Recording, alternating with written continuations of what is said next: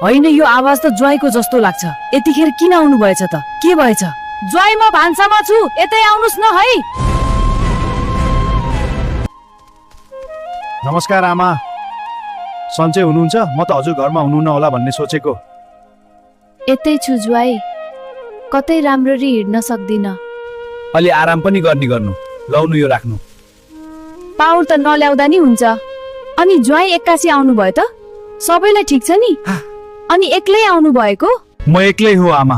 अहिले म सहरबाट आउँदैछु। हजुरसँग भेटघाट गरेर घर जान्छु। सहरबाट? किन नि? मलाई त केही थाहा पत्तो नै भएन त हजुर सहर गएको।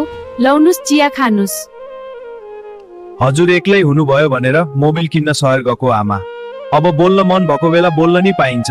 हजुरलाई एक्लो महसुस नै हुँदैन। त्यो सबै त ठिक छ, तर मलाई यो चलाउन आउँदैन।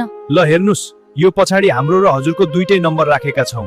हजुरलाई हामीलाई फोन गर्न परे यो अङ्क थिचेर यो अगाडिको हरियोमा दबाउनु, फोन लाग्छ। नआत्तिनु, मैले यो कागजमा पनि लेखेको छु कसरी फोन गर्ने, कसरी उठाउने। र म जानु अघि हजुरलाई राम्रोसँग बुझाएर जान्छु। धेरै बोले भनेर आत्तिनु नि पर्दैन, यसले थोरै पैसा काट्छ।